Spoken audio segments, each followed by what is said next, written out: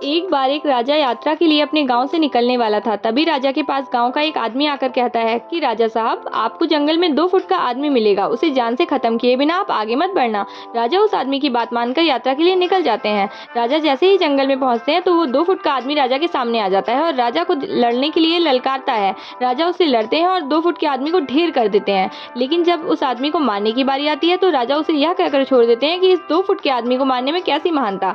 3 दिन के बाद वह 2 फुट का आदमी फिर से राजा के सामने आ जाता है, लेकिन इस बार वह 4 फुट का हो चुका था। राजा उसे फिर से ढेर कर देते हैं और ऐसे ही छोड़ देते हैं। कुछ दिन के बाद वह राजा के सामने फिर से आता है। इस बार वह 8 फुट का हो चुका था, लेकिन इस बार भी राजा उसे छोड़ देते हैं। इसी तरह राजा हर बार उसे छोड़कर चले जाते हैं। वह आदमी हर बार बड़ा होता चला जाता है। फिर एक दिन ऐसा आता है कि वह राजा जी से भी बड़ा हो जाता है और राजा को ही खत्म कर देता है। दोस्तों, हम भी अपने जीवन की छोटी छोटी प्रॉब्लम्स को इग्नोर कर देते हैं, जो बाद में बहुत बड़ी बनकर हमारे सामने आ जाती हैं।